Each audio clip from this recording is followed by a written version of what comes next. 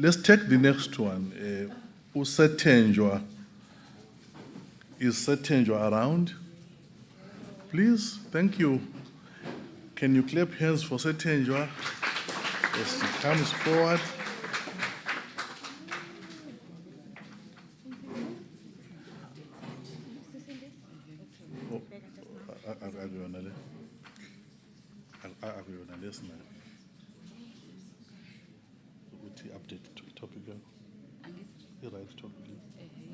Okay. Colleagues, Usethenjwa is a PhD student and is going to be sharing with us hashtag Silungisa Ubuntu.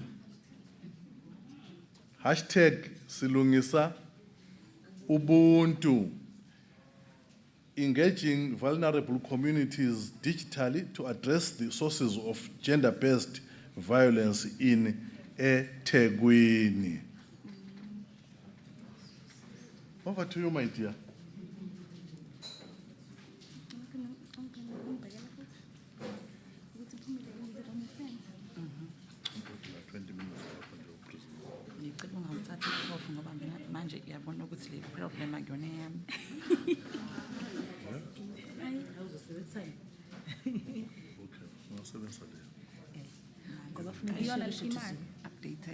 Updated.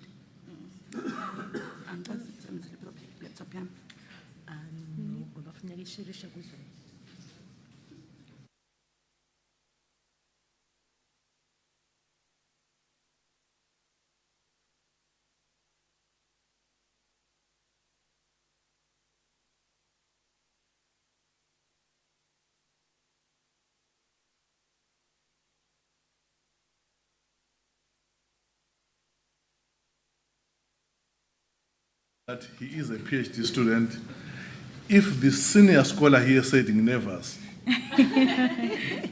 he is nervous a little bit, and I'm here to calm him down.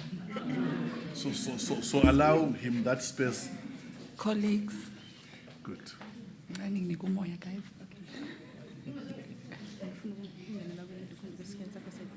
Okay. Good luck. You're going to do great. I'm going to be using two laptops because this one has a lot of grammar issues, but then you guys will follow. Good morning to all of you colleagues. My title for today is Silungisa Ubuntu, hashtag Silungisa Ubuntu, engaging vulnerable communities digitally to address the scourge of gender-based violence in eThekwini. We do know that we have a pandemic which is called gender-based violence in the country, which also was revealed by the COVID-19 and the different disparities that exist in our communities. And for me, being part of a bigger project supported by MTV Sugar, Staying Alive Foundation, which is located in Cape Town, they supported an initiative where we were able to recruit peer educators to actually engage communities digitally. So I just want to briefly go over the background that the available research in South Africa indicates that 52% of women killed are due to intimate partner violence. The rate of femicide, despite decrease, are still higher than the global rate. South Africa has been identified as one of the most violent countries. In 2019, GBVF was considered a national crisis that transcended into twin pandemics during the spike of COVID-19. Despite progress made in the implementation of the national response to the pandemic, the country is constantly confronted with the brutality of gender-based violence and femicide.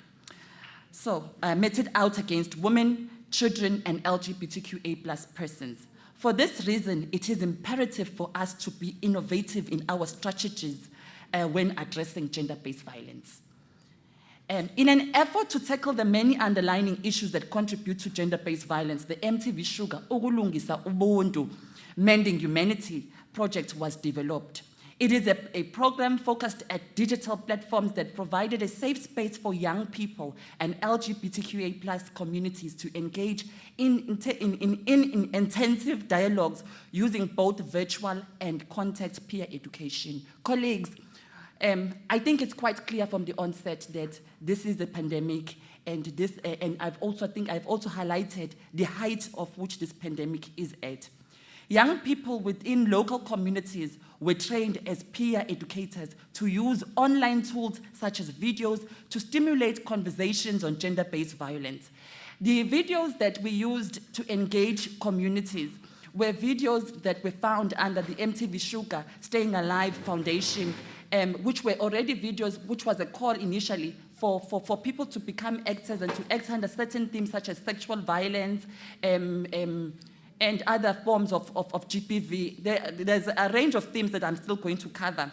So the study, there is a paucity of research that investigates how digital platforms can be used to address gender-based violence from a decolonized and Afrocentric perspective. For me, this research, colleagues, is basically for me to develop an Afrocentric perspective.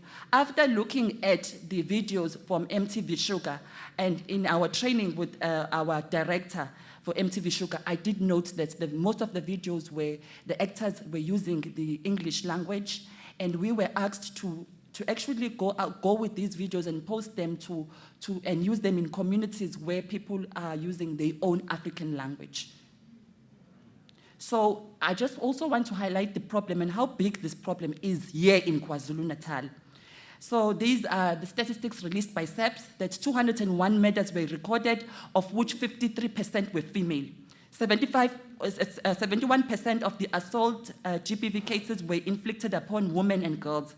641 women and 32 men and boys were raped during this period. There were 124 sexual assault cases, 97% which were women. It is clear, colleagues, that women are not safe in KwaZulu-Natal. KZN has recorded the highest number of rapes, namely 1,462, and these stats are from 2022 to 2023.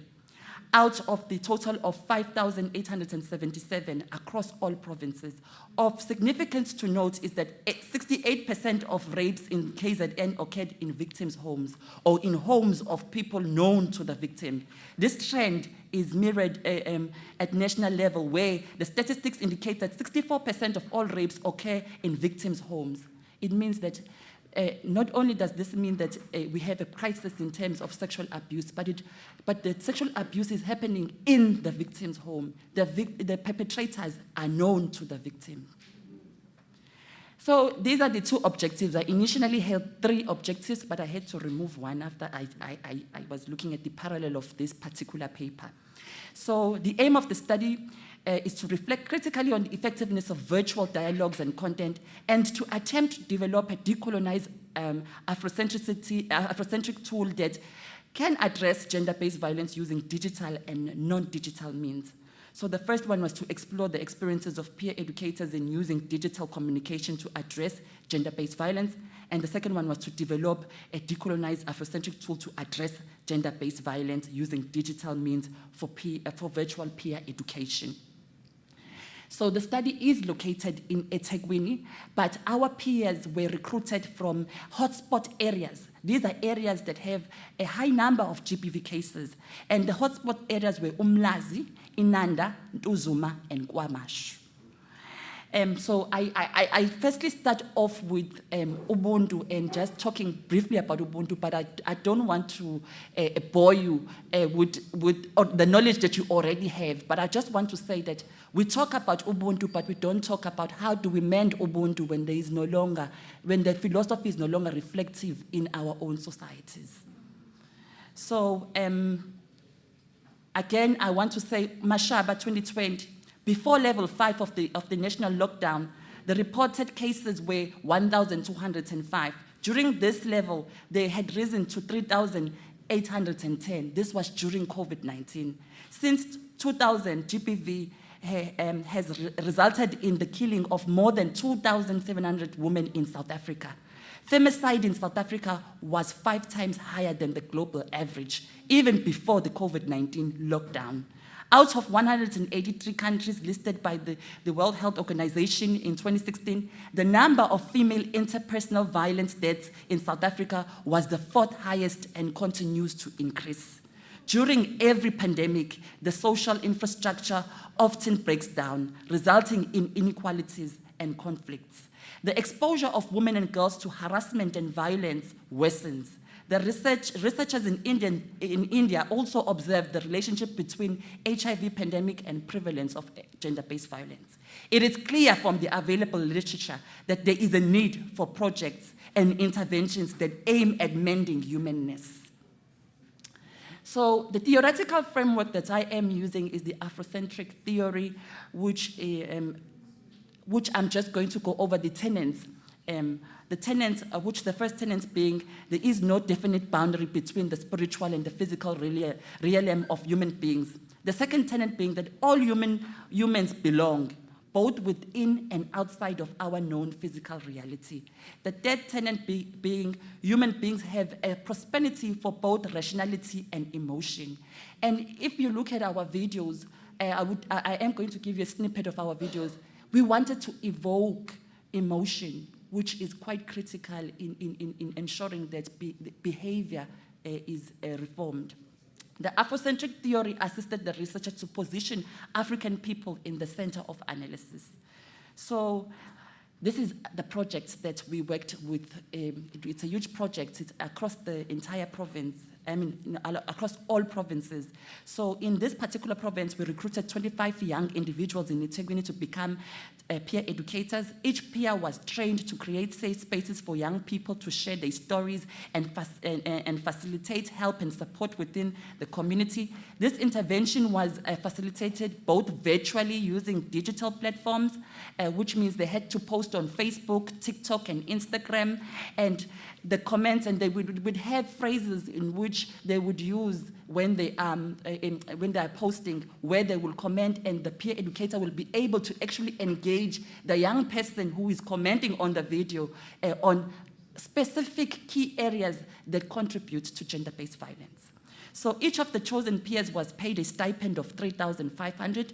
We ensured that all our peers were paid because we were funded by MTV Shuga Staying Alive Foundation. Each week there was a video to be posted on social media, and peers were requested to create dialogue. The project has reached over 215,000 young people in South Africa. This is one of the videos that I'm just going to play. It's a quick one. But you still be with me, Fad? Come on, I've been good to you. Did you tell him? Don't be childish, babe. I couldn't get divorced in a day. Something. Someone, come on. Come on, you and me. Dude, I said it's over.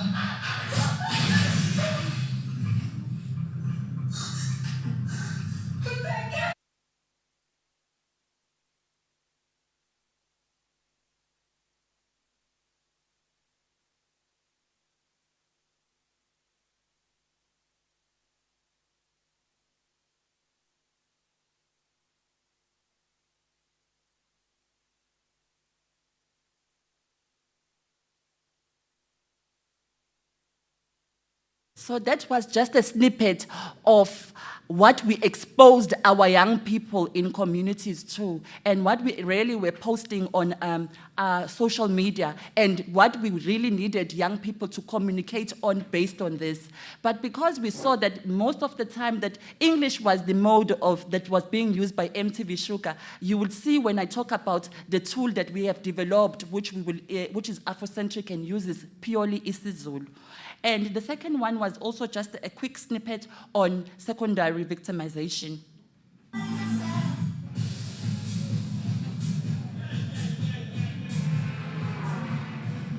So, he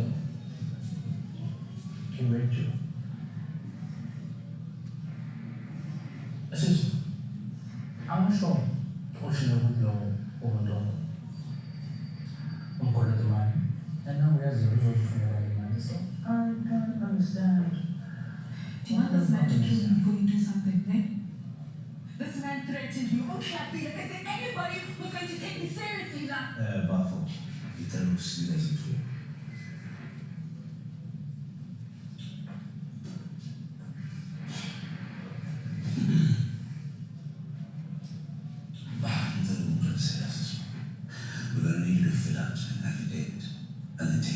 appearance court, and then they will grant you an interim protection order. And then do I have to take it to? No, that will put you in further danger. The court will make sure it's safe.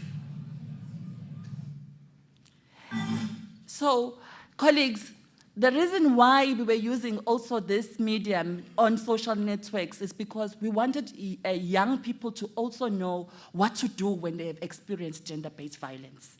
And as you saw, that there was an issue and a narrative around a secondary victimization. When young people go into police stations to report sexual abuse, they experience secondary victimization at the hands of police officers. So using a participatory research framework, using qualitative methods for the collection, because the researcher wanted to understand the experiences of peer educators under the MTV Sugar Silungisa Ubuntu project. So to fully understand the peer educators' narratives, the researcher used an interpretative paradigm. The interpretative paradigm emphasizes that meaning can be captured from individual experiences in understanding a phenomenon as a form of deriving knowledge in qualitative research. So the researchers utilized an exploratory research design to learn more about peer educators' experiences using edutainment to engage vulnerable communities. One of the things that MTV Sugar calls these videos, they call it part of edutainment, when they combine education and entertainment as a form of educating the public.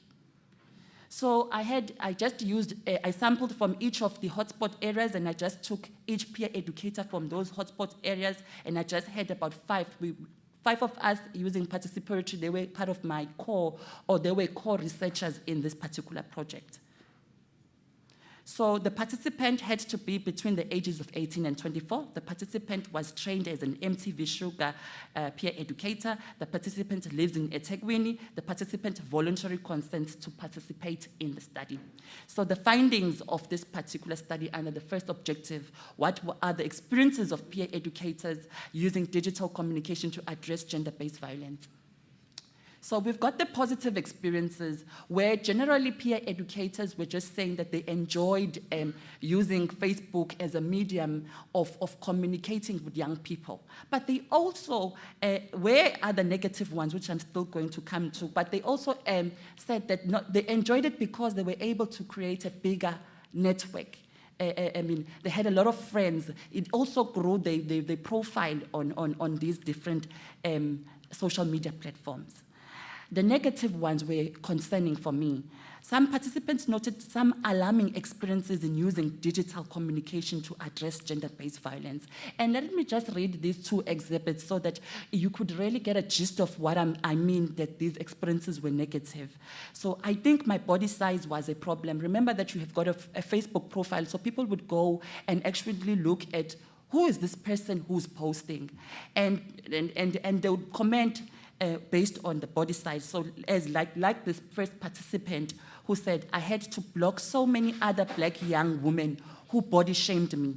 In one of my videos, one of the comments were about my body weight. It really harmed my self-esteem because I gained a lot of weight after I lost my mom. And the second one, although I gained so many followers, most of the people who commented were guys. I didn't mind engaging young guys, but they ended up wanting sexual favors, or they would randomly send me their penis direct, and they would say that my content on sexual abuse is because, I'm sexually deprived. So the findings in this paper reveal that cyberbullying was more common for younger female peer educators. Interestingly, the participants noted that both males and females contributed equally to the bullying. So the other findings were about challenges, the language, which one I used. Young people, especially those who they knew were from KwaZulu-Natal, they did not bother liking or commenting if the entire MTV Sugar video was in English. Which was for us a challenge because we really wanted their buy-in and to know what are their thoughts and to actually create a conversation and a dialogue on this issue, which meant that we really needed to rethink how do we develop a unique Afrocentric tool or a decolonized Afrocentric tool where they will feel comfortable to engage in their language. The lack of training in psychological first aid was an issue. Some of the people who commented, they would write directly onto the DMs of the peer educators and actually divulge experiences that required them to be referred to a social worker or a psychologist. So some of them did divulge that they're being sexually abused in their own homes by their fathers. Others also divulged other sensitive information where peer educators were not trained to manage such. So in the tool, we do have a space where we really now train the psychosocial, we train peer educators to be able to provide psychosocial and psychological first aid. So data issues were quite a huge issue that most of the young people did not want to engage with our content because they did not have enough or sufficient data, which was not surprising. And then the last one was network and load shedding, which affected participation as well. So the process of developing the tool, after we analyzed the data, we had discussions with the team, and this is the tool. I'm just going to talk briefly around the tool that after we have engaged and we were guided by the Afrocentric paradigm, we used the videos and we developed 6 sessions in isiZulu. After playing the MTV Sugar video, we then facilitated weekly sessions which were written and facilitated in isiZulu. We posted videos for 6 months and captioned them in isiZulu using African idiom that related to 6 themes covered. For example, one of the videos were about men and how men are about toxic masculinity, and we termed it indoda aikali, idla imhlathi. And we wanted really to challenge the toxic masculinity using these African idioms as well. We encourage hashtags, reposting, sharing of videos in order to reach a wider community. We used all of the feedback from our digital platform to develop sessions that were rendered in schools, community health centers, and in university residences. So the first session is about imizwa, which is knowing our emotions. This was our sessions, our 6 sessions that we developed as part of our tool. And the second session was izinkinga, and that is where we speak about crisis, building social and emotional and sexual intelligence. The third session was about ukzazi, and indikimba was ukukholela i-HIV kanye nokuzihlola, because we do know that gender-based violence is also linked, has a relationship with HIV, and we wanted them to be self-aware around these particular pandemics. And the fourth one was about ukuqwashisa komphakathi, where we really focused on building social, emotional, and sexual intelligence. And the fifth one was ukuzilawula, and the sixth one was about ungubani, because we wanted them to, in the last session of our tool, for them to walk out with confidence of knowing themselves as young people. So currently, we are busy writing up a peer facilitator guide in isiZulu that will attempt to incorporate activities informed by an Afrocentric theory. We are in the write-up process. Well, I am in the write-up process because I'm the only one writing this peer educator facilitator guide, which will be written in isiZulu. Reason being is that the guide that we had did not really direct and center the African person. We also plan to use participatory visual methodology to create new videos which will be in isiZulu. And this is just some of the work that we are doing with peers around, and children, even in schools, coming together to watch and creating these conversations. And this is when we were training our peer educators, really training them on how to provide psychological first aid. Thank you so much.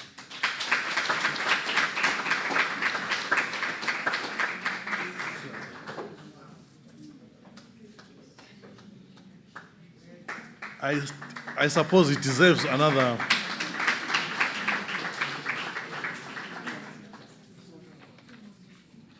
I was beginning to contemplate that I shouldn't have said they will both present before we comment, because this is so nice. Yeah, I've heard of Ubuntu. I so wish to hear of Ubulwane.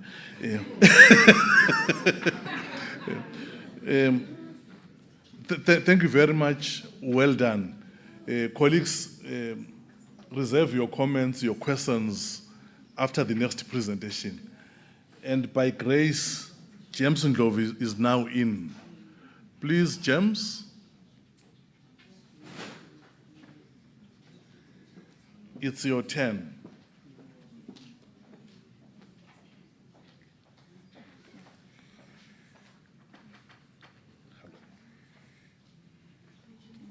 James Ndlovu is going to present on the role of church leaders in mitigating political violence in Zimbabwe's Second Republic. A prophetic or patronized voice. Good luck.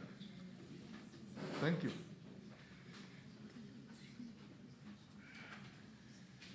Are you nervous?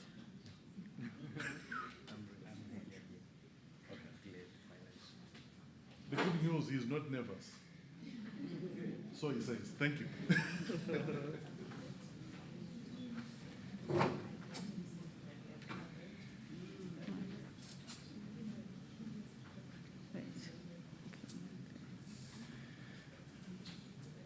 I just need to get it to share it on Zoom. I just need to get to share your presentation on Zoom. Let me share.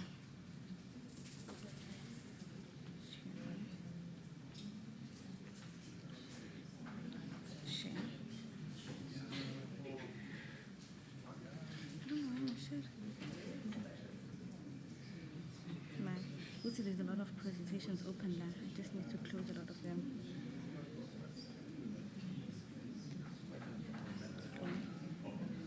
Here's the presentation that you're sharing.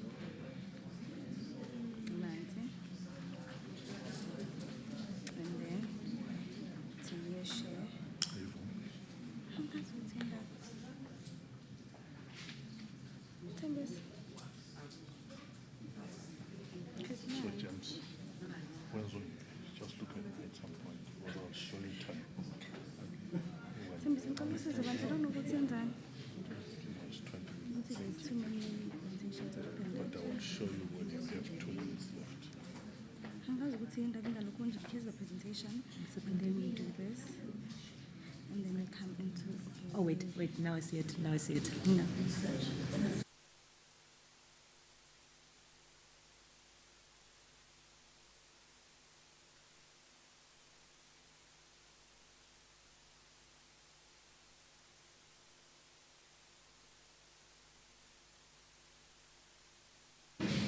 Is it already shared? Okay, let me share it and share it. Okay. Let me share. Okay, Nancy, is it right? My new share. Is it right, ma'am? I got sharing. Sorry. I got sharing, no, ma'am? Stop share Okay. and then share with the right screen. Okay. And then,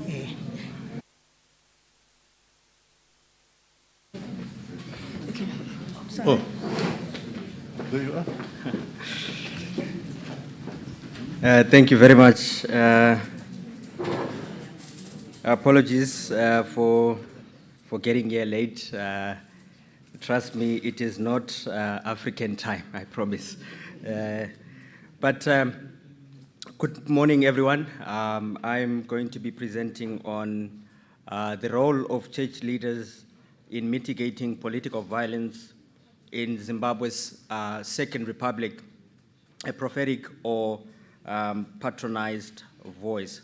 So just as we start, maybe if I can indulge you to just have a look at that picture. I'm not too sure if it's visible for everybody, but I can just take you through it.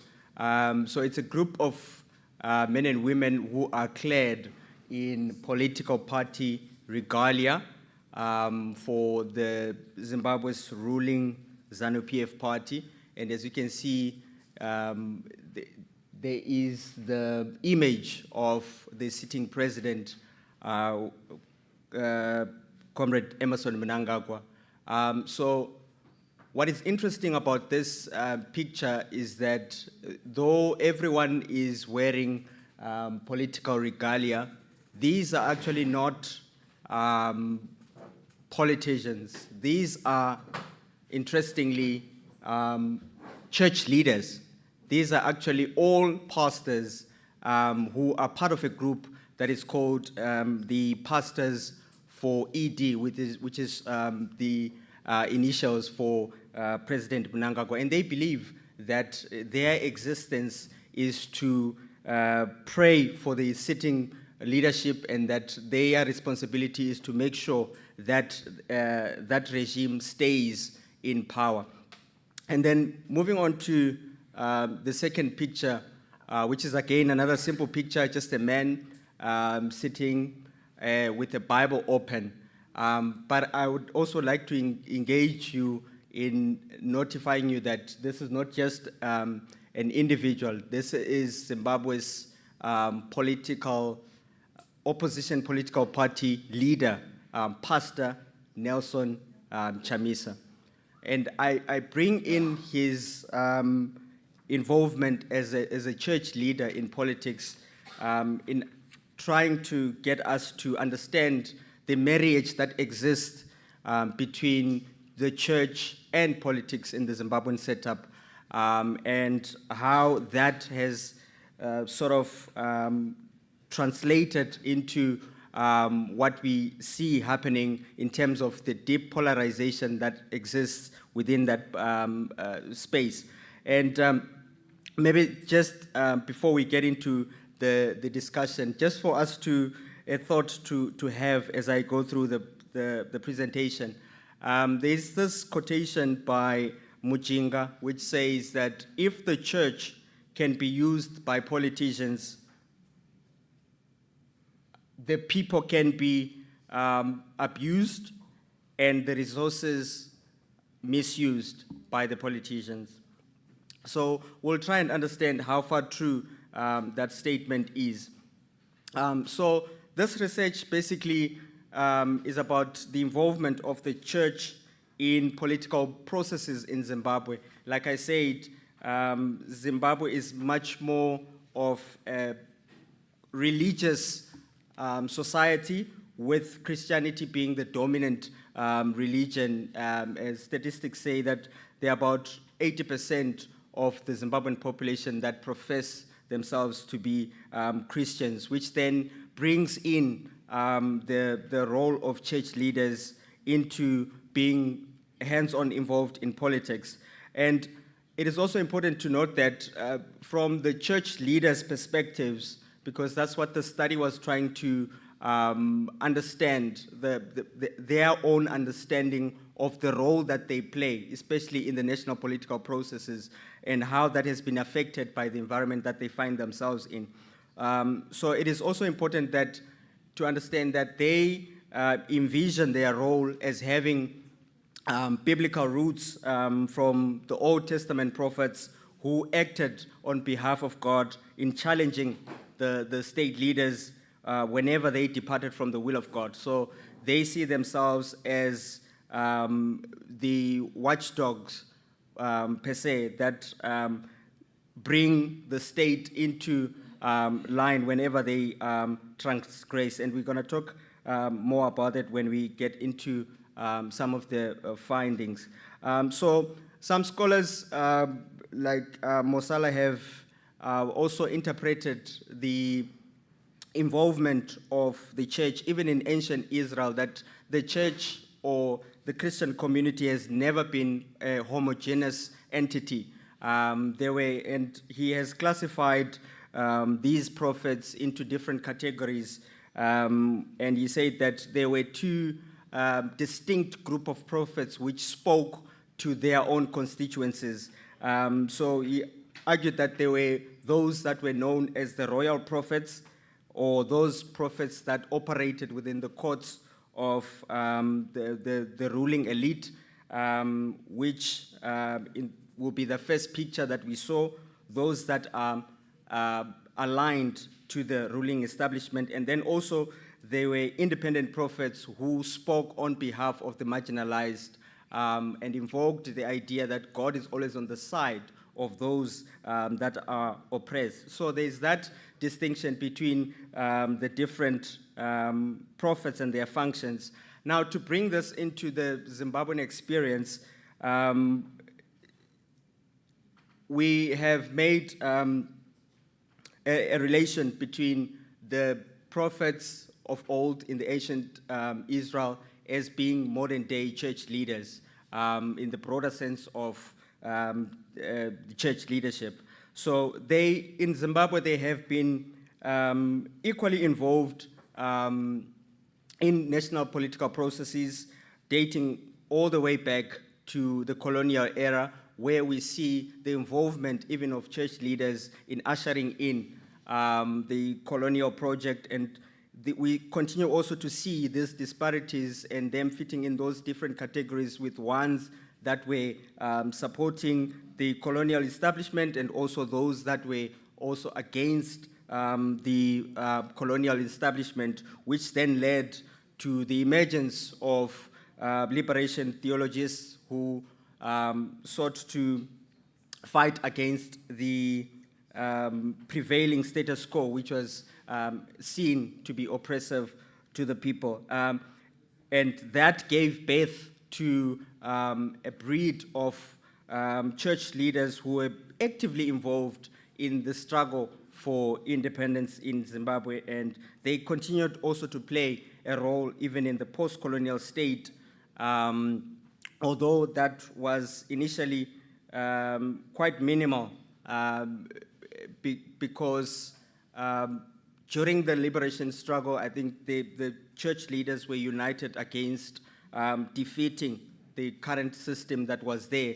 But after that system had been dismantled, I think the church was also now trying to figure out its role within the new democratic space. And I think even now the church leaders are still battling to try and understand what exactly is their role in the context of democratic states in a post-colonial Africa setup.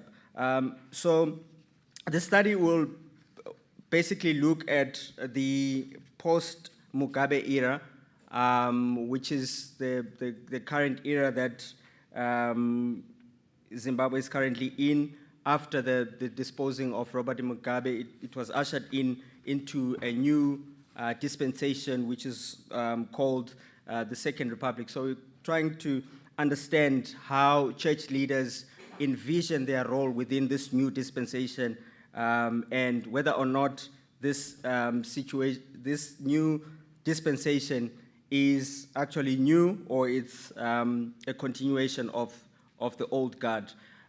So in carrying out this research, I think one of the things that came out was to say that in as much as this new dispensation has been heralded as a new dispensation, the state remains pretty much unchanged.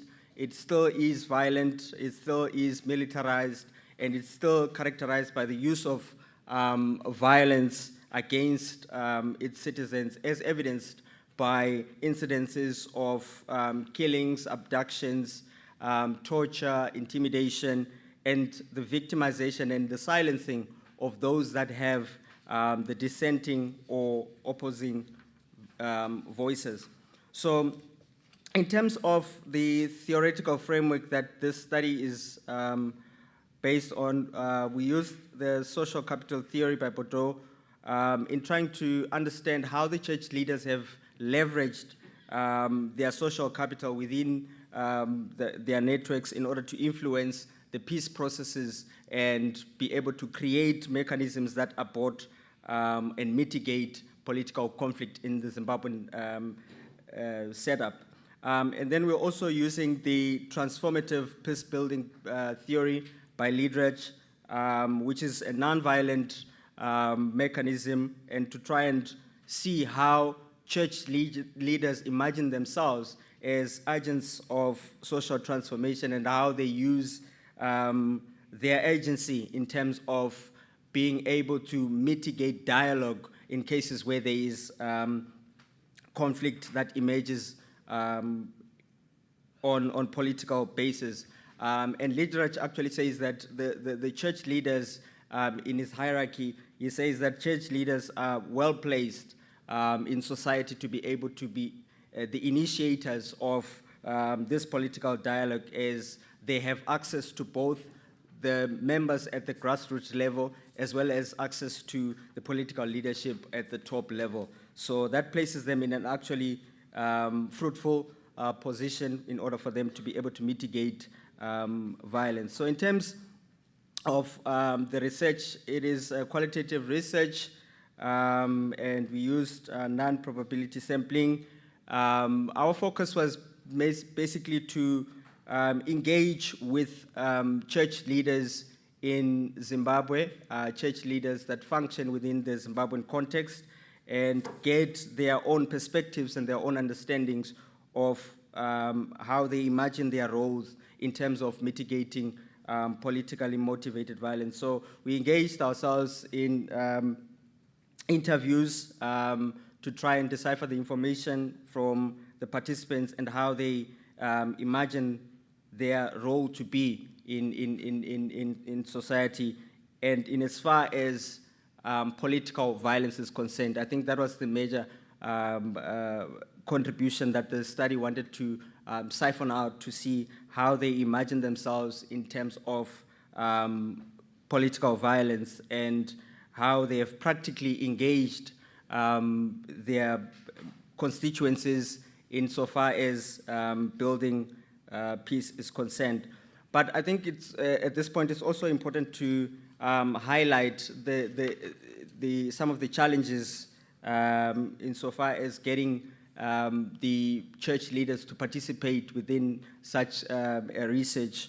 Obviously, looking at the Zimbabwean political landscape, which I've highlighted earlier on, that it remains very violent and hostile to any dissenting voices. So some of the church leaders were actually very skeptical in being part of a project of this nature because of the way the Zimbabwean political landscape is set up. Others were even thinking that perhaps it is the project of the ruling party to try and see what the church leaders are thinking in order to then target them and victimize them. Those were some of the challenges. But then again, I think that very nature of hostility is the one that calls for such a research, because it is within those spaces that the church has to take up their prophetic voice and speak against such excesses from the government. So in some of the preliminary results, we find out that the church leaders imagine their role as being spiritual in nature.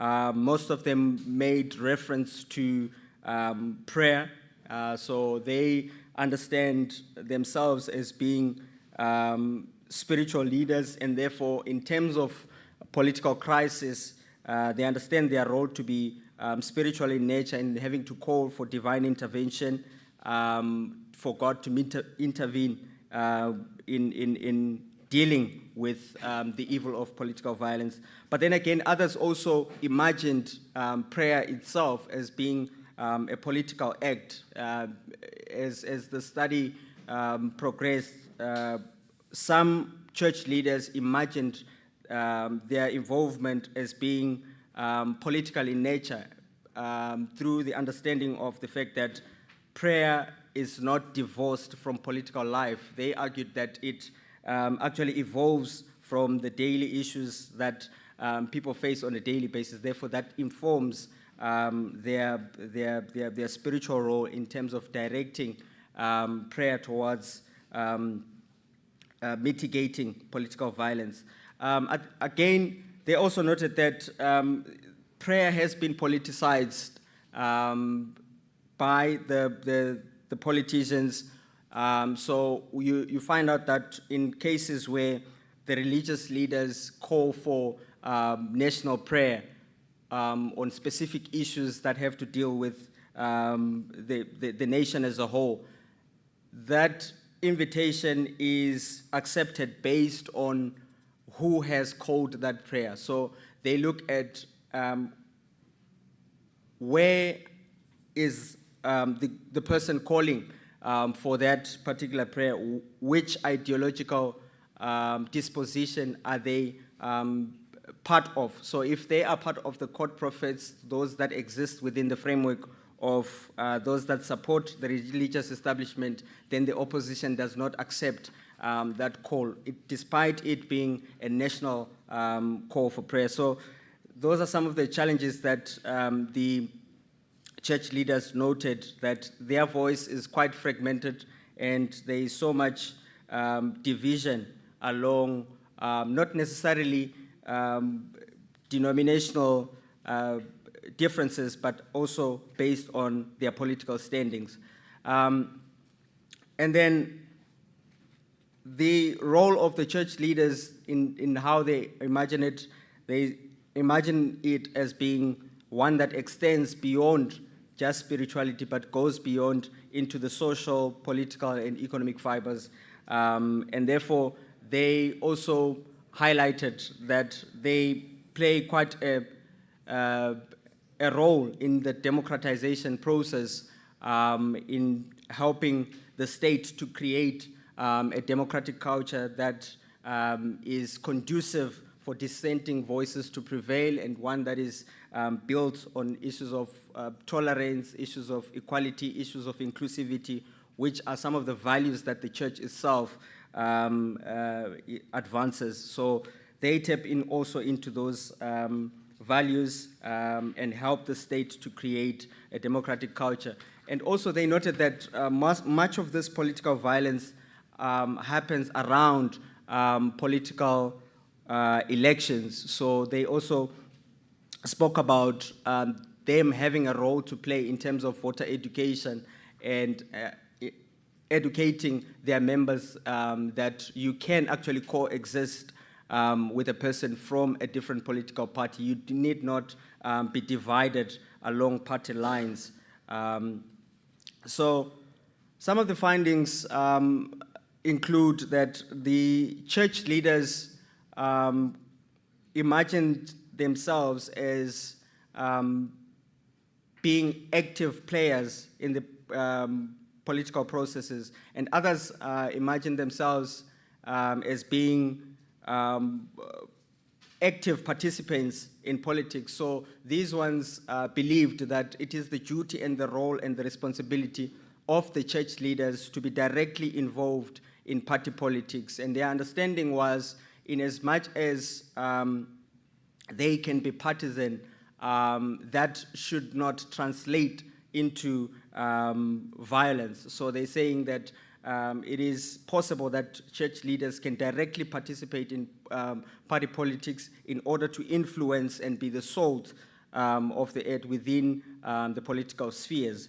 And others also imagine themselves as being the ones that play the watchdog role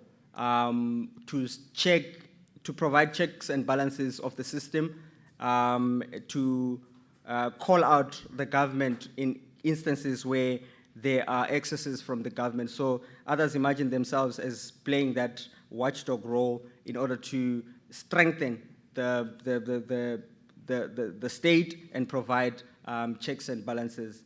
Others also imagine their role as one that seeks to Christianize politics. So instead of demonizing politics, others imagine themselves as having that responsibility to Christianize politics in a way that they adopt and use Christian values within the political setting. And those Christian values are aligned to nonviolence, to tolerance, and to unity of purpose.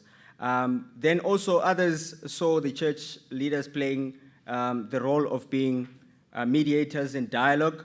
And then in this, playing this particular role, church leaders ensured that they are called upon or expected to be neutral in order for them to be able to effectively play the role of dialogue and mediation in bringing those two political differences together. So those are some of the findings that we've had so far. And like I said, these are just preliminary.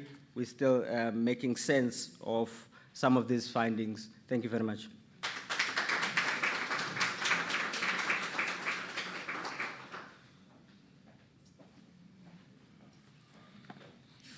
The culture is that you give him another round of applause.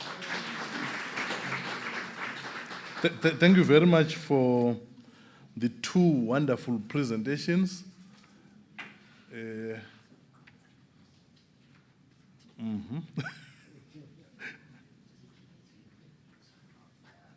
are you planning to take? Because now it's 11 in terms of English. You want to align our pace. How long are they taking? Are they done? Those who all started 13 minutes. That side, but to wait, you can. Can you give us 10 minutes? 10 minutes. Okay, I'll extend the extension. That's the presentation that side as well. Okay, So please. 10 past the break. Okay. Colleagues, we are pressed on time, and we all want to go and eat from the same pot. So instead of 20 minutes, we're going to have 10 minutes of questions or comments. I would suggest, please don't give us a lecture, ask your question. Thank you. Yeah. Thanks, Prof. All right. Let's do it this way. Those who are presenting, please take note of questions that are directed to you. Yes. Please. Yes. Thank you so much, Prof. Greetings to the professors and the House at large. I have just two short questions, one each. On the issue on the last speaker, I wanted to find out whether the pastors, in being politically active and believing whatsoever narratives they provided, is there anything that you have found that they stand to benefit from politically aligning themselves for a particular political discourse?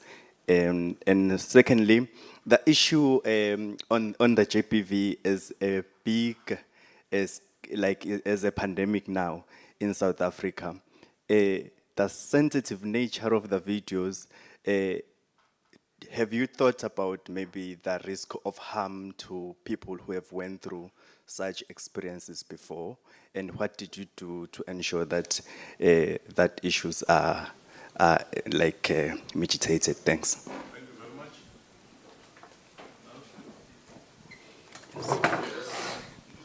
No. Do you want to respond?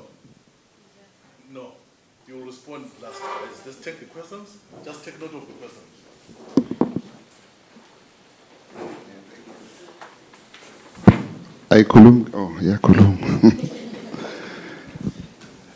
Thank you, Professor. My name is Sihle. The first speaker made me very angry, I must be honest. He talks about the gender-based violence. I think he should change the topic to gender-biased violence. Reason being, the snippets, I'm talking about the videos that he showed, they were only depicting the black people. Are you saying that it's only the black people, especially men, including the men that are in this house, that we are the only violent gender or nation towards women? I know there are Muslims. I know there are white people who are violent towards women. I know there are Indian men who are violent towards men. So what I'm saying is, these videos, they must be balanced. Because if they are not balanced, they are saying to me, this is gender-biased violence. That is why I said it made me very angry. Always the black people, especially the men, are depicted, are shown as violent. I don't think that is true. Secondly, we talk about the African perspective. people who talk like this are the people who are still colonized. If we are decolonized, we should also we should balance our study. Not that it's always the black people, the black men, who are gender biased, violent, shall I say. His topic says silungisa ubuntu. Does it really iyabulungisa ngempela? Because when you say silungisa ubuntu, we are saying all people, not only the black males. It's not the black male, I'm confirming that. I think you are repeating yourself now. Thank you very much. Is there any other person with a question? Yes. Hello, everyone. This is for Setsenja. It's not really a deep question, or I'm not angry at you, I promise. I wanted to firstly commend you on this very great initiative. It's brilliant, and it's very positive going towards change.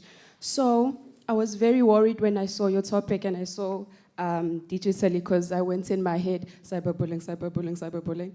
And then you mentioned how how you found cyberbullying as one of the challenges towards your findings. So I was very pleased that you included cyberbullying, because in my head I thought you were solving one issue but presenting another issue as well.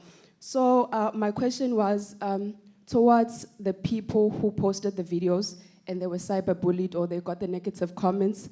I wanted to know how the peer educators helped them. Thank you. Thank you very much. Last question, if any. Unfortunately, it will be only this round.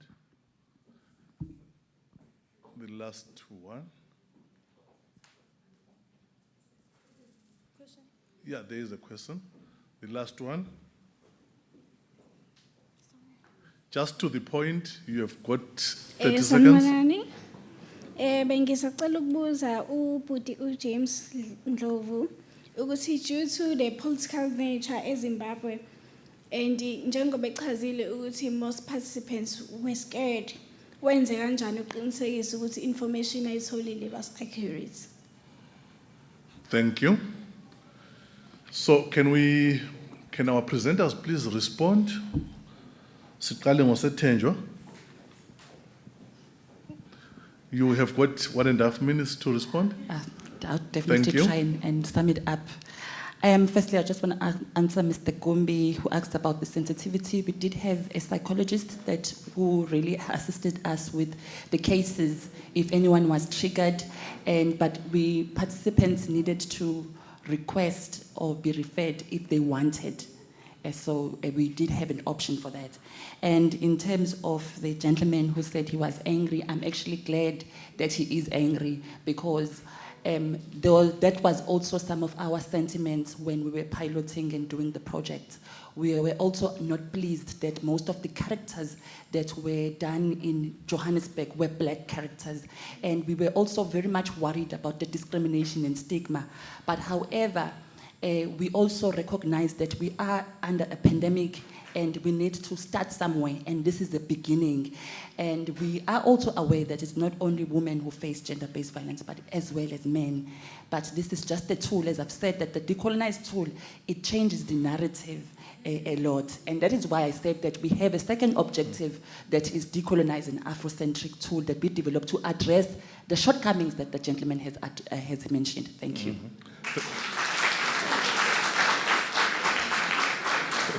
Thank you very much. I hope the anger is subsided. James, your responses you have All right.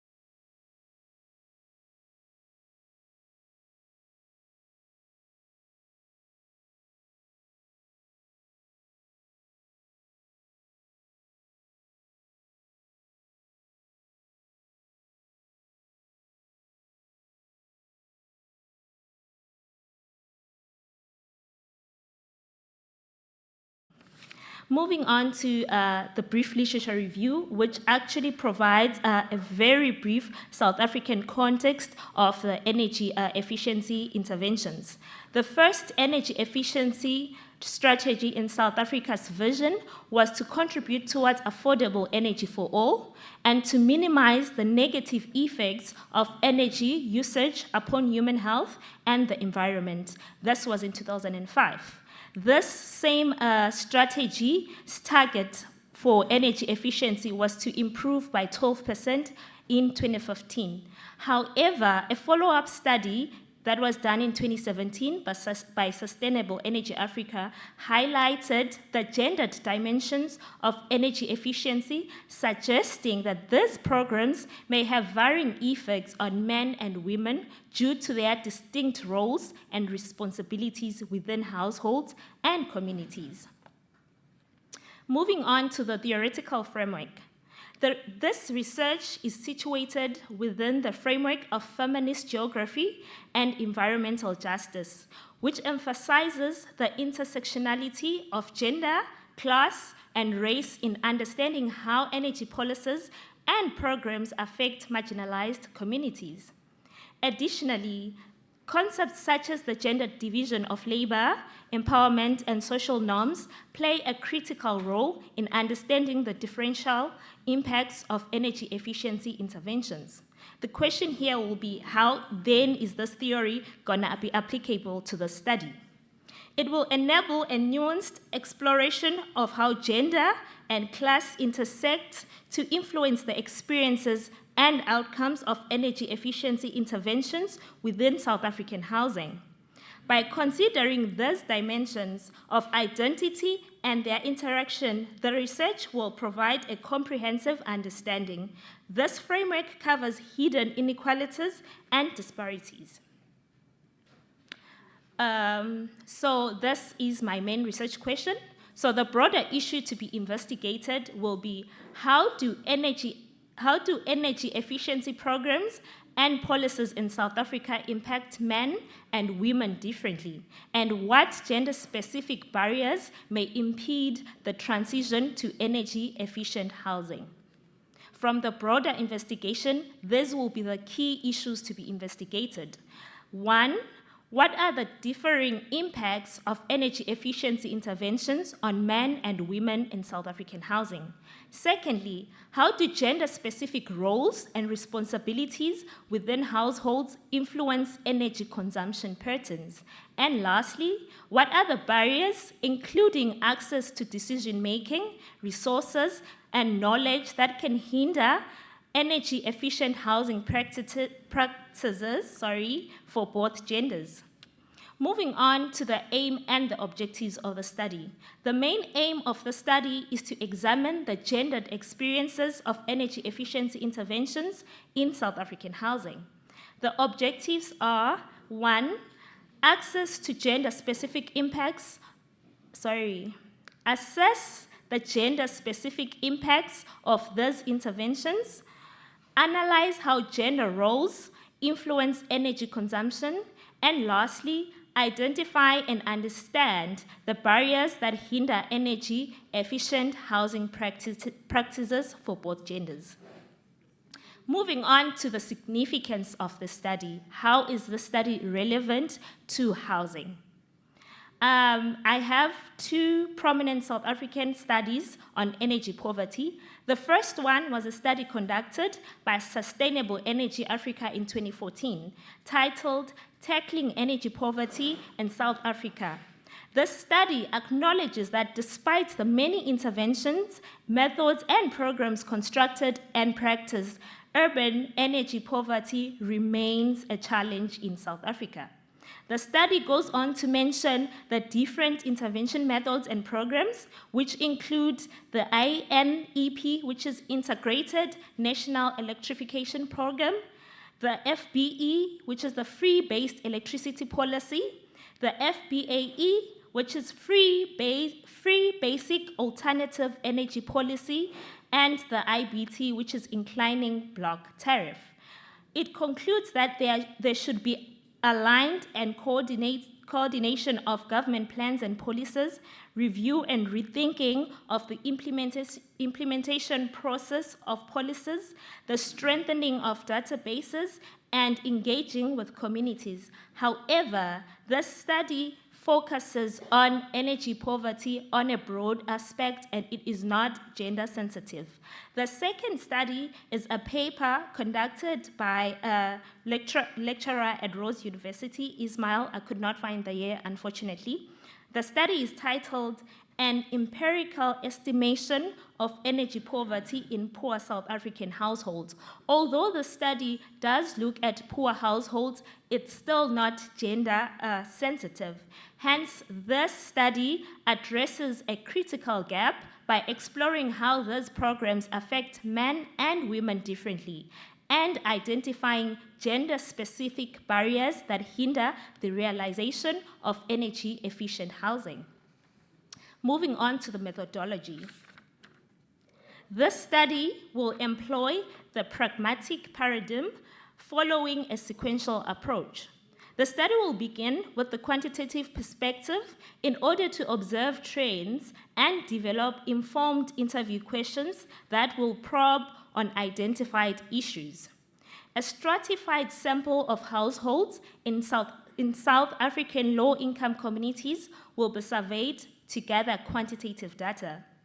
Qualitative data will be collected through in-depth interviews with residents and key stakeholders involved in energy efficiency programs. And lastly, document analysis will be used to assess the design and implementation of energy policies and programs in South Africa. Surveys will help identify those affected by energy poverty, which is the users.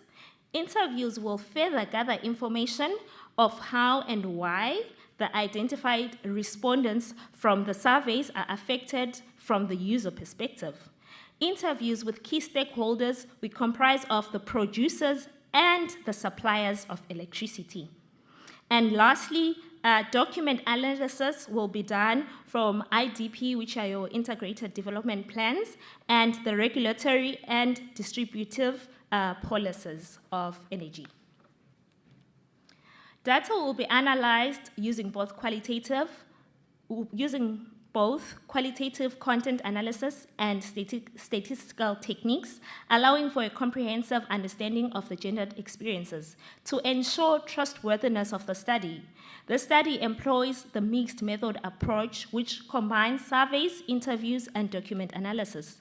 The use of multiple data sources enhances the study's credibility and its rigor.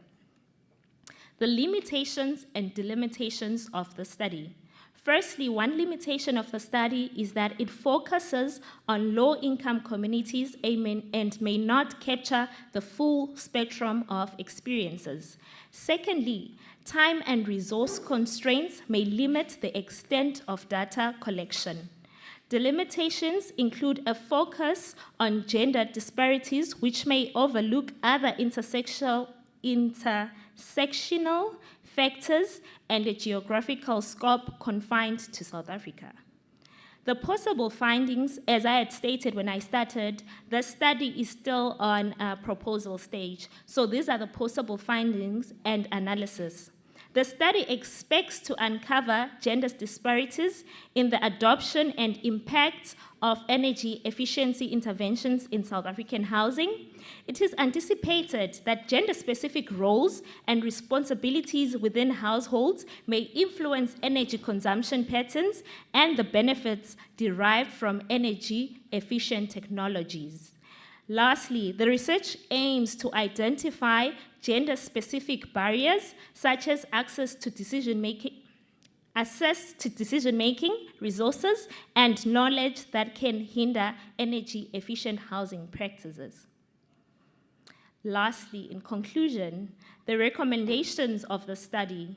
The study will provide a basis for policy recommendations to address gender disparities and promote more equitable energy efficiency programs in South African housing.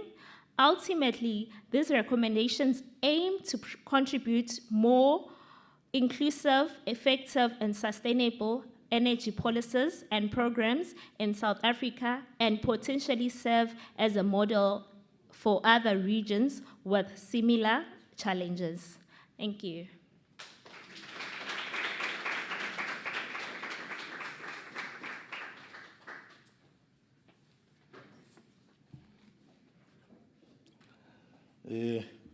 Forgive my Indebelenes. EsiNdebeleni sithi imitha ngokuphindwa.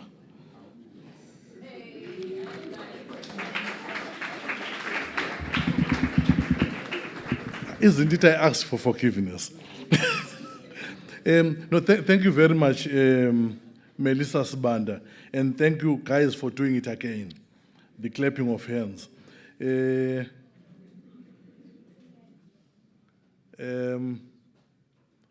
A special request to all of you. We are now left with one presenter, uHlengiwe Ngubane. It's up to us to make the decision as a collective that we allow her to present now, or we do the questions and answers for Melissa, we take a break, we go for lunch, then we come back after lunch just for Hlengiwe. It's up to us. Let's finish. Can I see the finished people? Thank you. So Hlengiwe Ngubane, it's now your turn. Please come forward.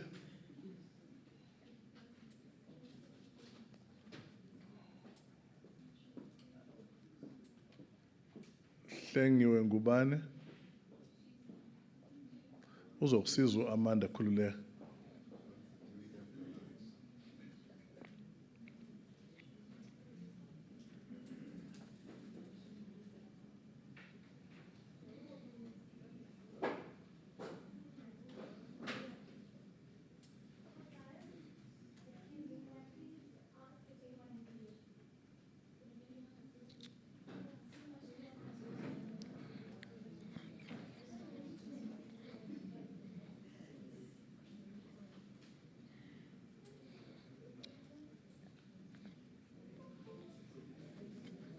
Okay, they are just picking up the presentation from that laptop, bringing it down to this one. We will eat into our lunch some 10 minutes or so. Sorry about that, but thank you for agreeing to do this.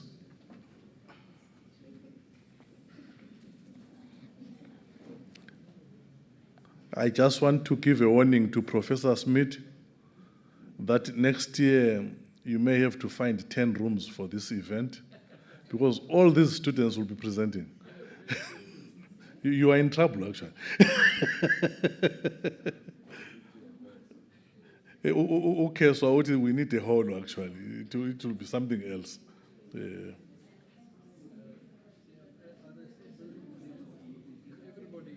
Yeah, everybody's here. We've got one more just to do now. Yeah. We're finishing it up, then we, yeah.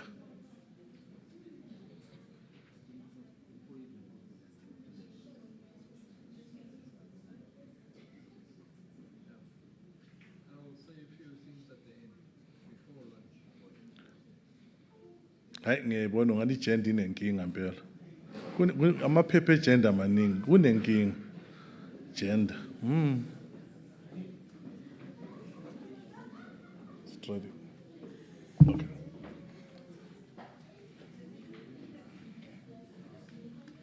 Woza ke Hlengiwe ufuna ngizokubamba ngesandla? Woza. Yebo, cha mina ngiyayithanda indaba yokulekelela abantu beze ngaphambili bazokhuluma. What I can't do ukubakhulumela kodwa nje ukubathatha mbalethela ngiyakwazi lokho. Welcome. Good luck. All right. Can I mix with this as well? How? Even 80% Zulu again. All right. So 20%, 20 minutes ukhuluma ngizokukhombisa 2 minutes osusele. Ayikho. Correct. Yeah, Sure. Please, can we give you a resounding round of applause? Thank you.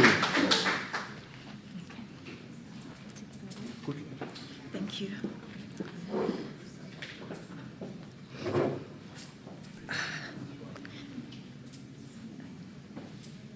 Okay, sorry guys.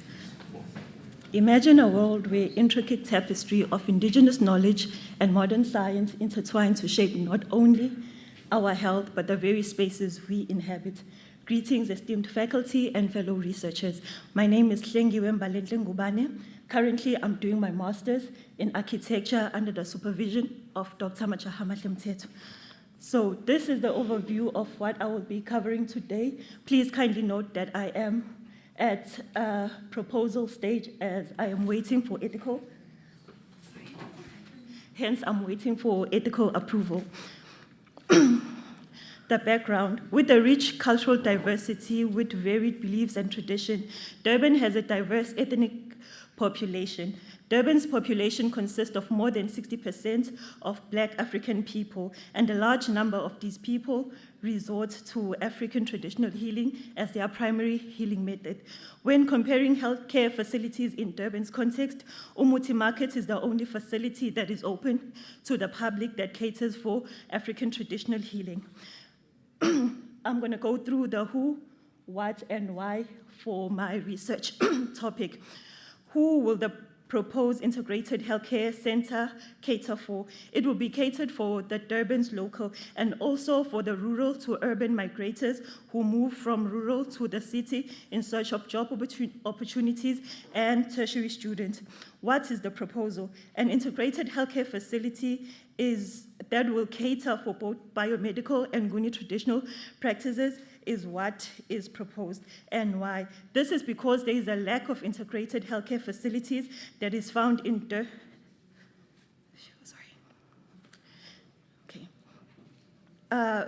This is because there is a lack of integrated healthcare facilities that are found in the Durban's context. South Africa is constantly improving its healthcare system despite the lasting effects of apartheid, particularly in the area of healthcare. Additionally, Abdullah states that during the apartheid in the era of 1953, traditional medicine and its regulations were outlawed under the guise of witchcraft. As a result, the cause was kept secret and no infrastructure was in place to support it. This further contributes to the lack of oversight and regulation in traditional healthcare facilities. The problem statement: there is a lack of coexistence between Nguni traditional healing and biomedical practices in South Africa. Opposite to the biomedical facility improvement, a building type with architectural features that meets the needs of Nguni traditional healers has not yet been developed. Utilizing and modifying existing facilities to support Nguni traditional medicine has been South Africa's sole initiative to yet. Durban's and the only present structure that's present so far is the Durban Muti Market. The construction typically have the issues of accommodation of use for such proposal. These are the initial day-to-day issues that people encounter. For instance, example one, a person would go to a doctor to seek medical assistant and test, the doctors will run tests and the test will come negative, only to find that a person only needs to go to a traditional healer. Mhlambe they have a traditional issue or a spiritual issue. Exhibit 2, there's a boy, let's say for instance, there's a boy osemakhaya olusayo mase eyawa eweni aphuke. For instance, emakhaya khona abathandazi, and abathandazi ngeke bekwazi ukumsiza lo mfana since it's an internal issues and the abanayi equipment to scan and check how severe the issue may be. And that person will be referred to a medical facility. So we can see here that both can work hand in hand to create a more convenient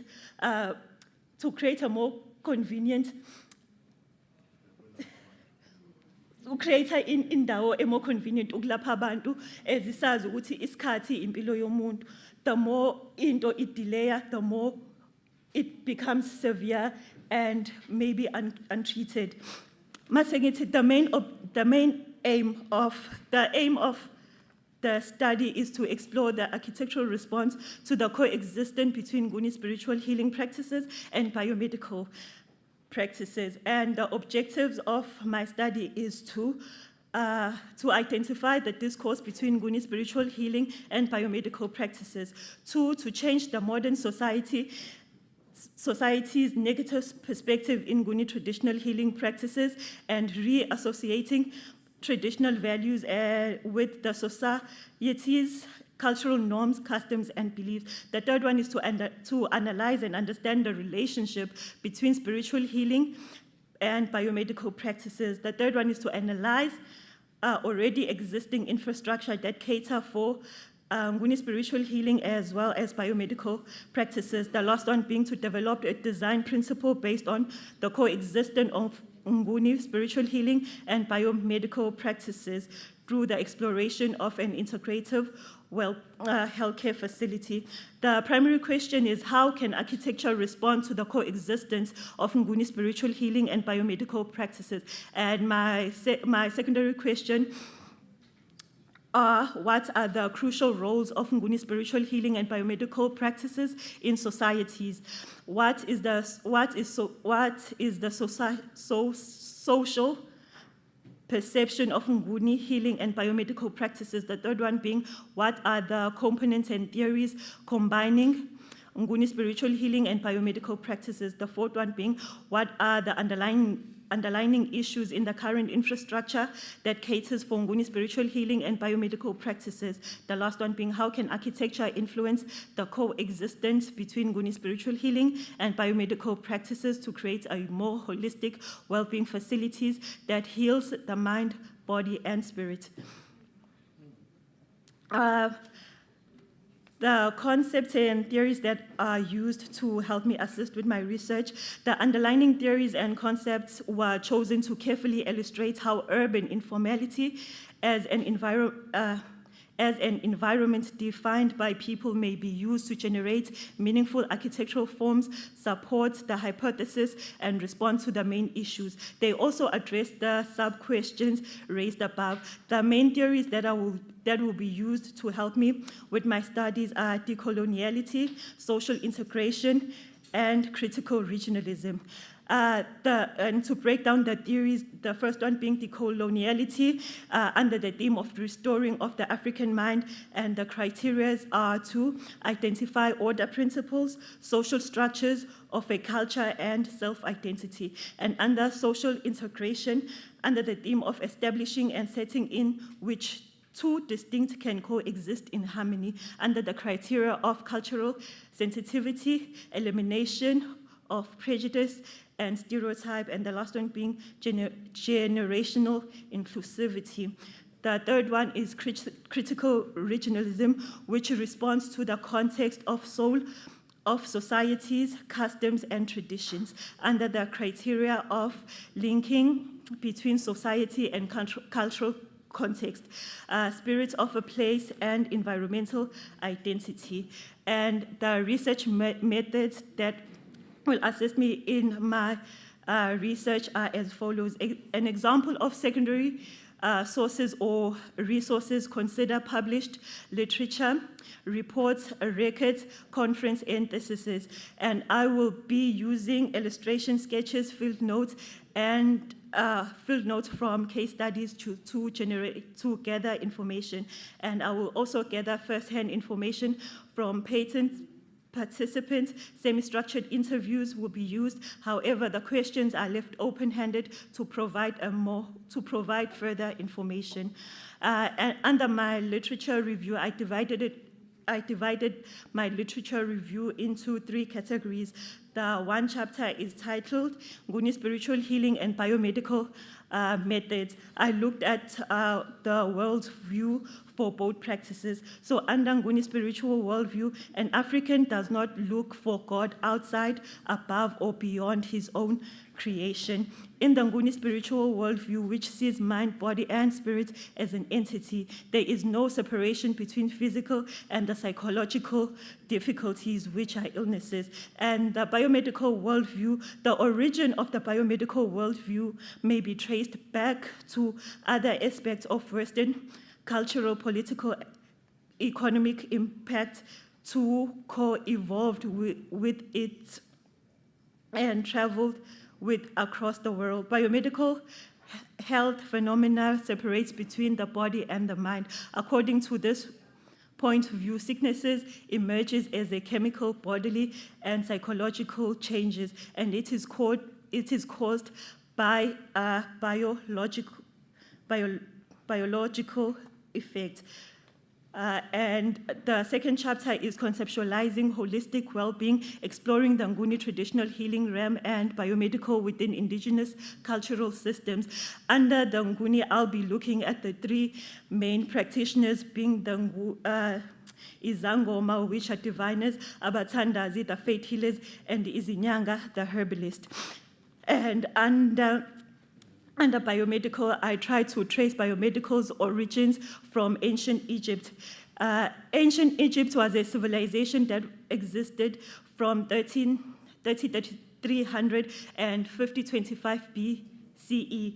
This is most likely where the notion of modern health originated. Ancient Egypt has some of the earliest records of medical care. The ancient Egyptians used highly skilled ways to conduct medicine. They were well versed in anatomy and surgery. Fortunately, these were recorded in stone carvings, clay, and papyri. And for the last chapter, I focused on the architectural for both the Nguni and biomedical. So according to Lawrence, a structural functionalism approaches may be used to explain the variation of architecture between cultures. This strategy also takes into account the interactions between ecological variables like climate and where buildings specifically are sourced, social organization like homes, communities, and cosmic and profound symbolism elements. And when you take a closer look and analyzing like a Zulu heart, the central kettle pattern is seen in the context of rank-based communities among Nguni. This theory is further supported by a perspective that emphasizes procreation favoring bride wealth in cattle and male genetic hardship. The Nguni civilization's prosperity and progress depends heavily on its farming and commerce practices. And to help me understand my architectural layout, I looked at the 3 president studies and 2 case studies. The first one being the Freedom Park and Hippo Museum, which is located in South Africa, Pretoria, and the construction year was 2011. That design was created with the help of traditional healers who used indigenous knowledge system as well as consultants and professionals. The major design objective was to blend African symbolism, diversity, identity, and cultural sensitivity through the abstract expression, largely focused on African principles. The second president study that I used was the Wuha Hospital of Traditional Chinese Medicine, which is located in China, Wuhan, and it was constructed in the year 2018. And the facility is a comprehensive contemporary healthcare facility that includes a range of services. These services are rooted in Chinese concepts of ancient therapeutic methods and rituals that take a holistic approach into health and well-being. The last president study that I looked at was the Jitavan Spiritual Center, which is located in India, and the construction year was 2016. This institution was created as a center of spiritual and skill development for the local Buddhist community, as well as to provide a spiritual anchor for the Buddhist communities through yoga and meditation. And the case study that I am going to look at once I get my ethical clearance is the Umsamu Institute, which is located in Mlambumunya, KwaZulu-Natal. And so far, this is how far I have come with my studies, research. Thank you.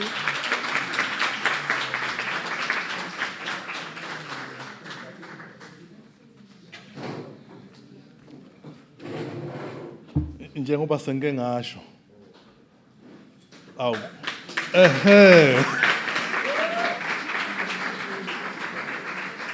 Perfect.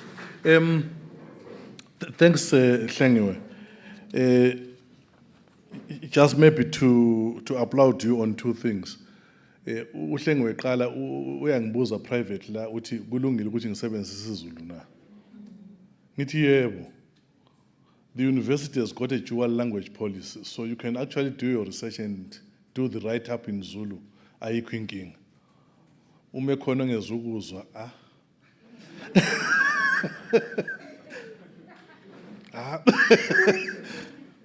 So you can perfectly do so. Otherwise, I think there are also issues, laba abakhuluma nge-Africanicity, where we do studies in other languages, conceptualize ourselves in other languages. And at times we fail to translate it back to our language. And so we remain sort of indebted to these other language groups. So don't shy away from doing your research in isiZulu or any of your mother languages. The second issue that I wanted to apply to you for is that I think there are many people who do their studies until they do PhDs without having made a conference presentation. So this was a brave step. Keep it up. It's a lesson to others. A round of applause, please.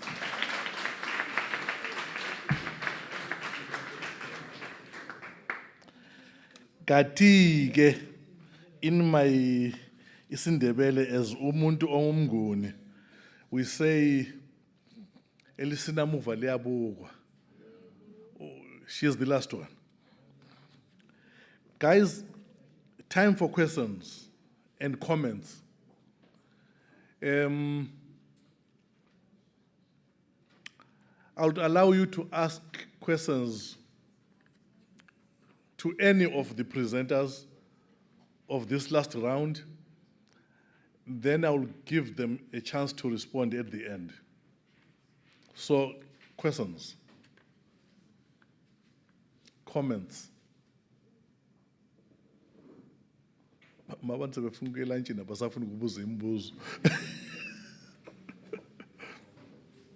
Yes, please, go ahead.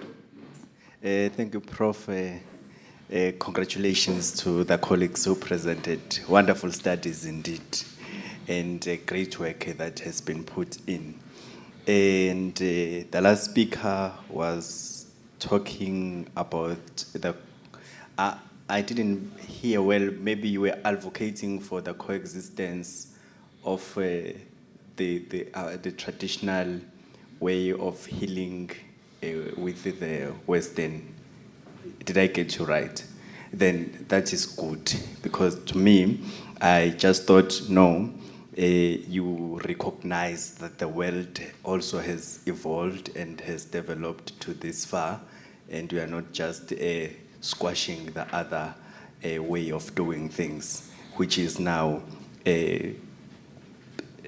has been accepted by the majority of the population, maybe as acceptable. So I think that is good. And also, your sample, like your theoretical framework, I thought your theoretical framework would fit more when you were using the Afrocentricity, because I thought from there you will be able to understand them but not with an aim of decolonizing, simply because your sample is Nyanga, is Angoma, and so on. Hence, your objective 2 should seek to explore then maybe the attitudes that are there, the perceptions, not to change them. Yes, thanks. Thank you very much. The presenters, take note of anything that you would want to say after the questions and comments. Yes, any other questions, comments?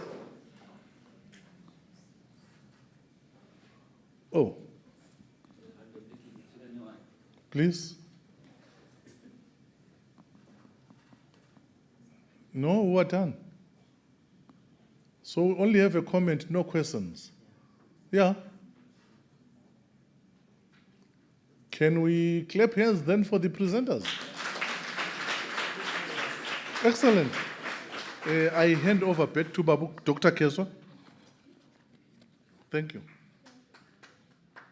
A round of applause for Prof for a wonderful session. Good sharing. Thank you very much, colleagues. Now I'm going to hand over to Prof. Smith for the closing, because we don't have anyone anymore. Thanks. Over to you, Prof.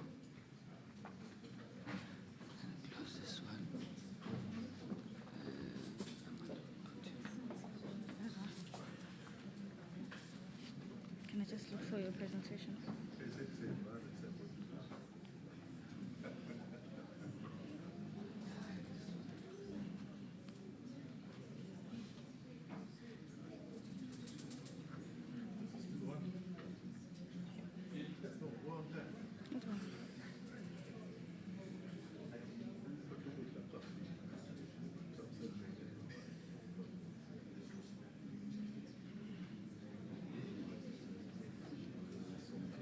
What's the problem?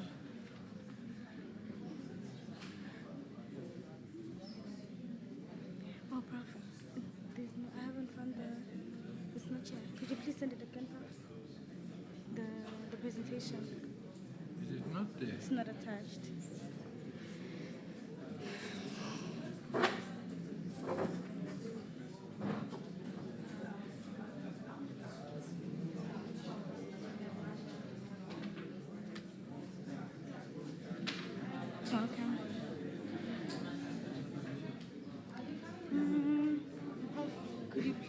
Could you then please log into the meeting, because then you'll have to share the Zoom for everyone.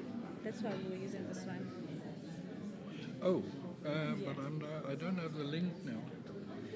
I had the link, but now it's gone. Could you please just send the email again with the Okay, colleagues, if we can be patient, we are having technical glitches,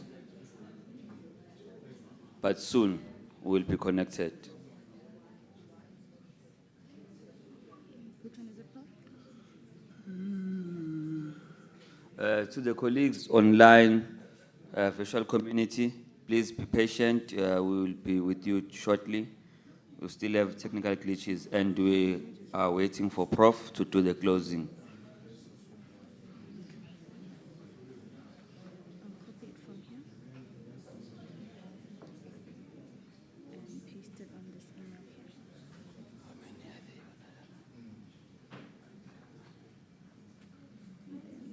send it.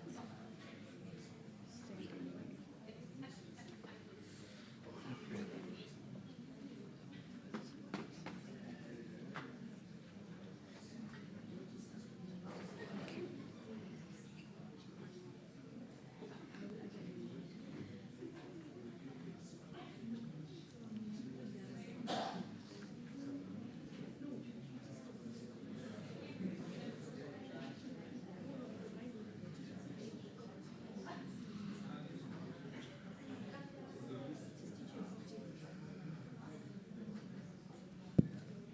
We're almost there, colleagues. Few seconds. Okay, there. Have you got those quizzes? I'm gonna make a call just now, Prof. Good. And we are there. Colleagues, there you go. Thank you so much. Thank you to everybody who has put your heads together and thought deep and hard about your project, where you are now, and to prepare some slides and prepare a presentation and so on. I really, and we all at the university highly appreciate it. And as I said this morning, I've had comments yesterday, and so funny, from different people saying, amazing conference, amazing event. So the people who make it a success are you. And now Prof. Moyo have said, we're not going to have enough venues to accommodate the papers next year. So that will be good. So we will see where we will do that one. Good. Colleagues, from my side, I want to remind you of this paper. Sorry, this one was actually, I also presented at a different place, the same paper, but you will remember that I presented this paper online at Zoom to about 70 of you on the 27th of September, today, a month ago. So, and we circulated to the different schools, and I want to just show you, I made some very, very brief comments on these aspects of our topic that we have formulated on the conceptualizing of decolonial research, basically. That's what it basically comes to, in focusing on concepts, conceptual frameworks, and so on.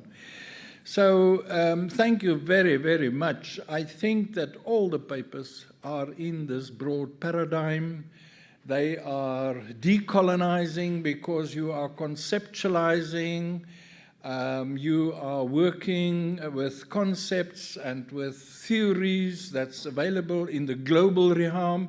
And as we've heard, what we do when we do these conceptualizing of conceptual frameworks, theoretical frameworks, that we use to analyze, thematize, and interpret and discuss data, we use theories, and as we have seen yesterday also, from our indigenous languages and so on.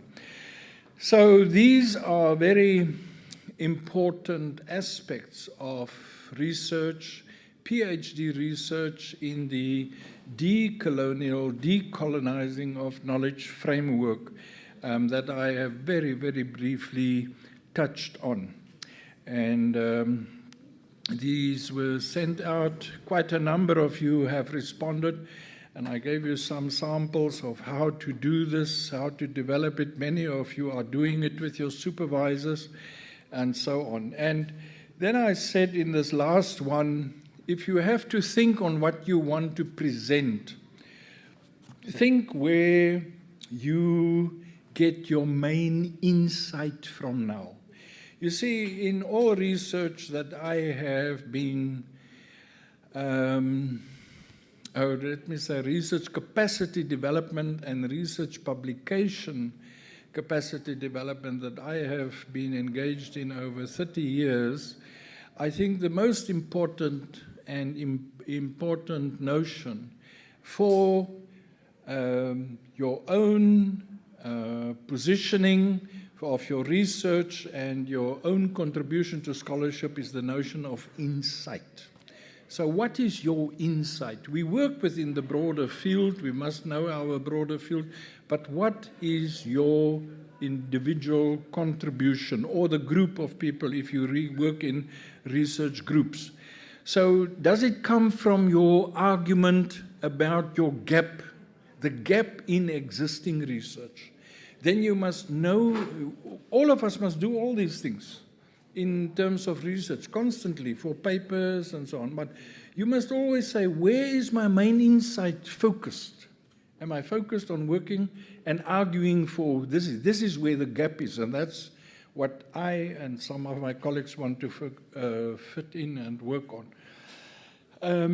Then your literature review. And over the last few years, we've had quite a number of academic colleagues specializing in training students to do scoping literature research scholarly literature, research, publication. Unfortunately, obviously, not all journals publish these scoping reviews, but they are extremely important for us to understand, on the one hand, existing concepts in our disciplines and in our discursive formations, but also to identify possibilities for adding or contributing our own concepts and conceptual frameworks. And then to develop conceptual theoretical frameworks, if you want to focus on that and say, this is what I am using. These are the concepts. And concepts in the human and humanities and social sciences are our tools. That's what we are doing. And then context and methods, the instrument development, the data generation instruments, and then the how we represent findings. And you must speak to your supervisors. I have, over the years, advocated that a thesis, especially, must have a chapter on research findings and or representation, you know, where you can use pie diagrams, or especially if there's a quantitative aspect, even if it's not really a mixed method approach, but if there's a quantitative aspect to your qualitative research, to have a chapter, because that is your initial analysis, interpretation of the data. When you thematize, you already analyze the data. And so to have a chapter on that, and then to have the main chapter where you then go into depth into data analysis, data interpretation, data discussion, that links back into your main research question, aspects of sub-questions in the main research question, and then the conclusion and so on. I just gave you some ideas here. You know, people always talk about the golden thread through a thesis, and some colleagues in the humanities have developed many more elaborate aspects of what a thesis looks like, the different phases of the thesis. All the theses do not have to have these phases or focuses. And what do we mean by a golden thread? So you can decide what your golden thread looks like and where you want to get to.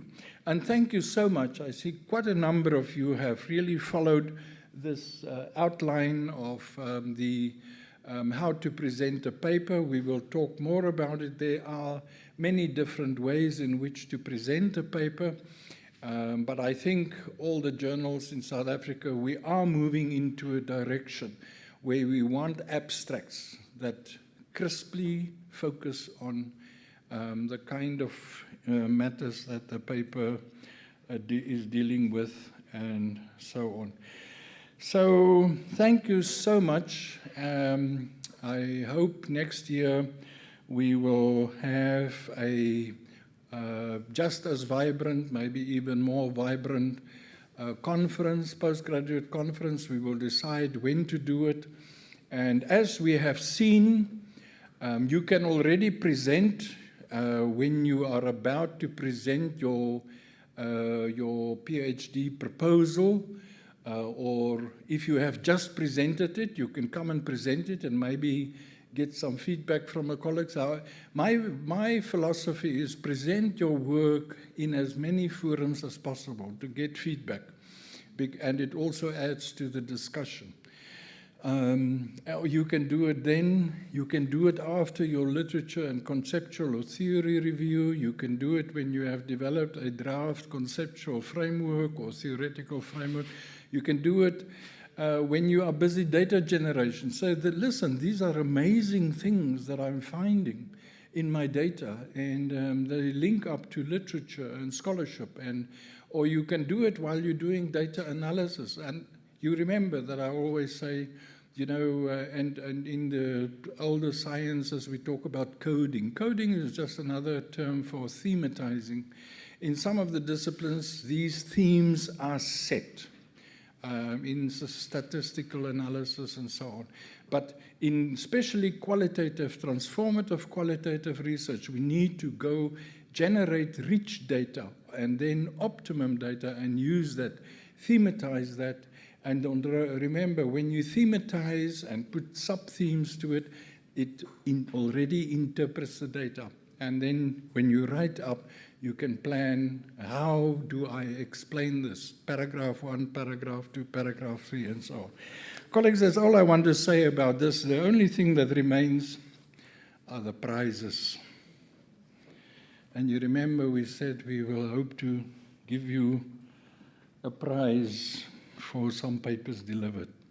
So I don't know whether everybody will be here, but our judges have decided on the following, and we actually have 5 categories. We need 2 more, otherwise Prof. Moyo and I can give ours. I think the research office will give it back to us.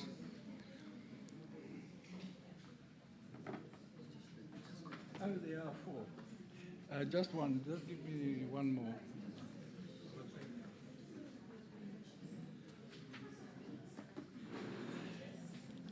Colleagues, we have different categories, and I think you will agree with us.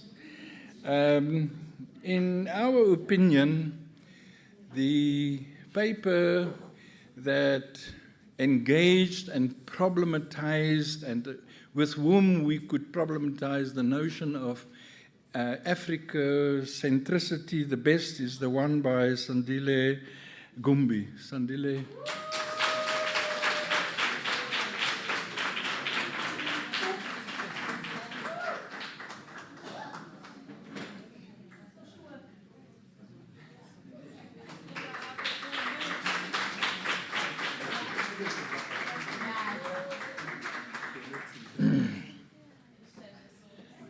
Then the one that was the most crisp and detailed, specific, where we felt, the answers have been, the questions have been answered, is the one by Santam Ayodia.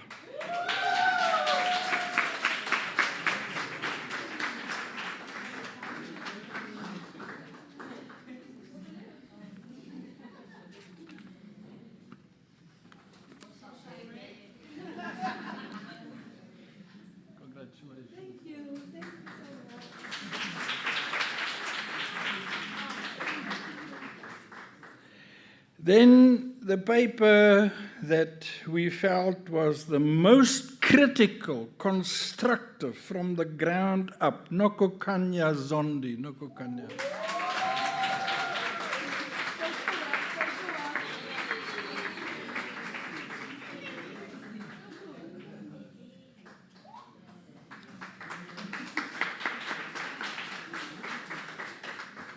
And then engaging civil society or religious organization and all the other civil societies. And it's so important that we engage politics. Many of us are very politically minded. Engage government, engage governance, engage local government, engage development, and so on.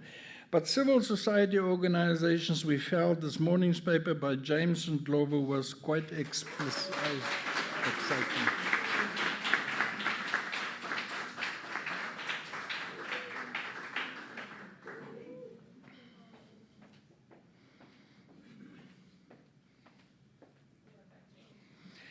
And then on gender, media, Setanjwa Bonin Luli's MTV Sugar.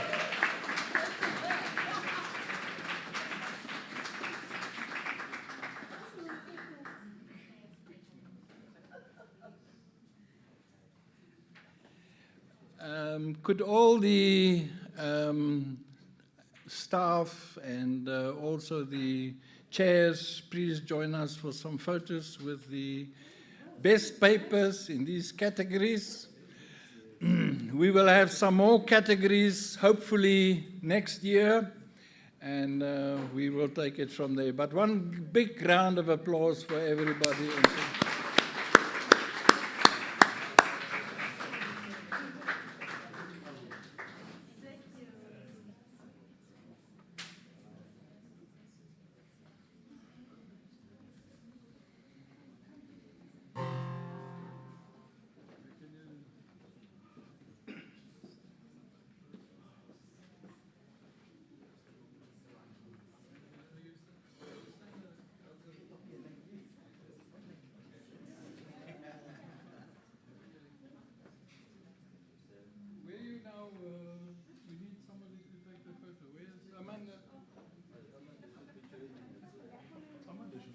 You take the photo, then I take the photo.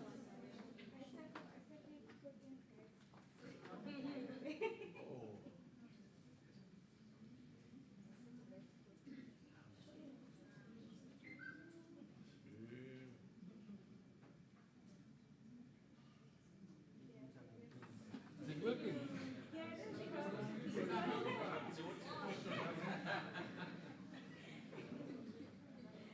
Okay, people, these are the winners. Thank you so much. Thank you.